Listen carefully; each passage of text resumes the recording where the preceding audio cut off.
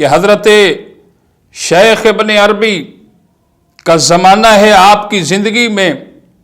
ایک کاتب، کتابت کرنے والا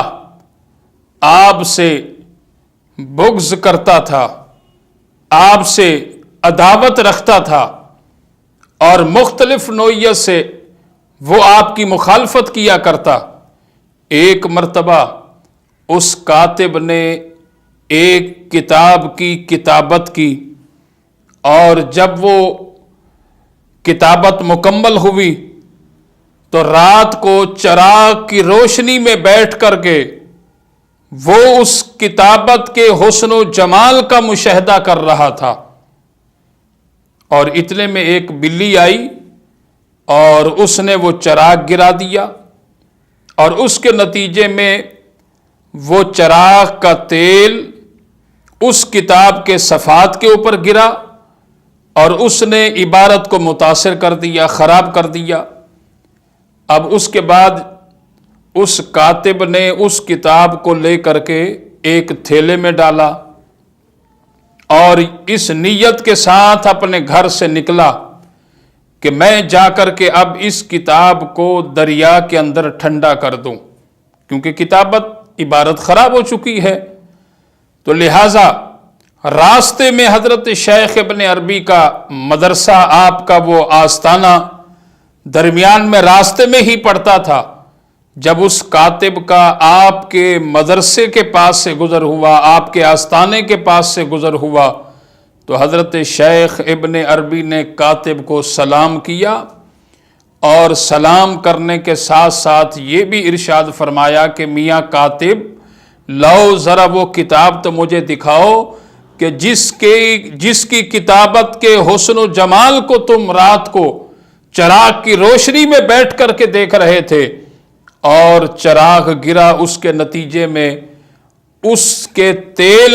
اس عبارت پر پڑنے کی وجہ سے آپ کی کتاب خراب ہو گئی، کتابت خراب ہو گئی، اب اس سے آپ دریا کے اندر ٹھنڈا کرنے کے لیے جا رہے ہو۔ تو اس کاتب نے کہا کہ اے شیخ ابن عربی، تو کتنا بڑا جادوگر ہے، وہ کتاب میں نے لکھی ہے، اس کی کتابت میں نے کی ہے،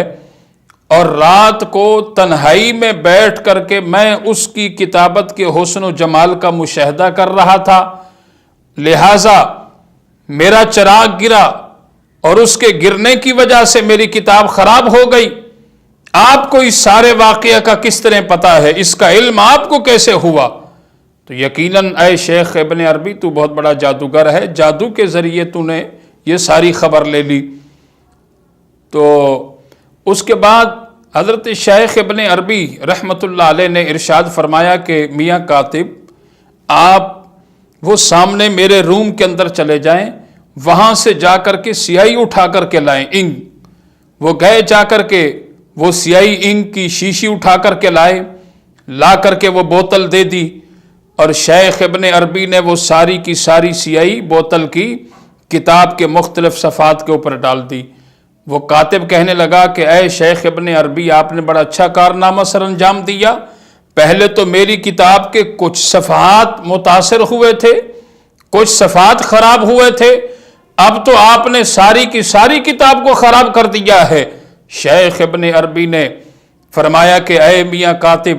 آپ تو ویسے بھی اس کتاب کو پانی کی نظر کرنے جا رہے تھے، اسے پانی میں ٹھنڈا کرنے کے لیے جا رہے تھے، تو لے جائیے، پھر جا کر کے آپ اسے پانی میں ٹھنڈا کر لیجئے۔ اب اس کے بعد وہ کاتب اپنی کتاب کو تھیلے میں ڈال کر کے وہاں سے چلا، منزلیں طے کرتے کرتے جب دریا کے کنارے پہنچا، اللہ کے ولیوں کی شان اور عظمت دیکھیں کہ جب دریا کے کنارے کے قریب پہنچا، اس کے دل میں یہ خیال پیدا ہوا کہ میں کتاب کو نکال کر کے پہلے دیکھوں تو صحیح کہ ساری کی ساری خراب ہوئی ہے یا کچھ صفحات باقی بچ گئے ہیں۔ اب جب اس نے تھیلے میں سے اس کتاب کے صفحات کو باہر نکالا اور نکال کر کے اس کا مشاہدہ کیا، اس سے دیکھا، تو دیکھ کر کے بڑا حیران رہ گیا کہ اس کتاب میں سے جتنا بھی وہ انک سیاہی تھی، جتنا بھی وہ تیل تھا، وہ سارے کا سارا جاتا رہا، اس کتاب کی کتابت پہلے سے بھی کئی گنا زیادہ حسین و جمیل نظر آ رہی ہے۔ اس کے بعد کہنے لگا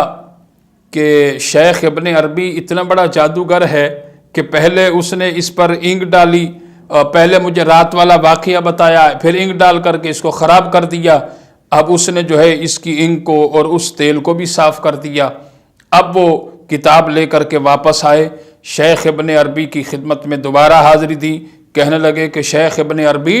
آپ تو واقعی یقیناً بہت بڑے جادوگر ہیں، پہلے رات والا واقعہ مجھے آپ نے بتایا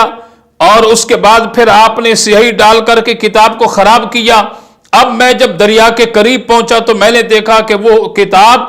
پہلے سے بھی کئی گنا زیادہ حسین و جمیل نظر آ رہی ہے۔ تو شیخ ابن عربی نے کہا کہ اے کاتب،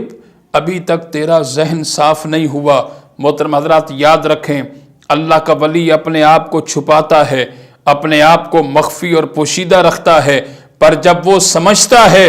کہ اب کسی انسان کو راہ راست پر لگانے کے لیے، کسی انسان کو صراط مستقیم پر گامزن کرنے کے لیے اب جب وہ ضروری سمجھتا ہے تو پھر وہ اپنی کرامت کا ظہور کرتا ہے تاکہ انسان کو گمراہی سے بچایا جائے اور اسے جو ہے راہ راست پر چلایا جائے۔ تو شیخ ابن عربی نے کہا کہ ابھی تک آپ کی تسلی نہیں ہوئی۔ اس کے بعد شیخ ابن عربی نے اس کاتب کو قریب بلا کر کے آپ نے تسمیت القرآن اپنی زبان پر جاری کیا اور بسم اللہ الرحمن الرحیم پڑھ کر اس کے جسم سے اس کاتب کی گردن کو جدا کر دیا۔ وہ کاتب اپنے سر کی آنکھوں کے ساتھ اپنے جسم کو جدا دیکھ رہا ہے، اور اس کے بعد بسم اللہ الرحمن الرحیم پڑھ کر کے اس کے سر کو اس کے جسم کے ساتھ آپ نے جوڑ دیا۔ اس کاتب نے جب حضرت شیخ ابن عربی کی اس کرامت کو دیکھا تو اس نے اس بات کی شہادت دی، اشہد انک ولی اللہ حقا، میں اس بات کی شہادت دیتا ہوں کہ آپ اللہ کے برحق ولی ہیں۔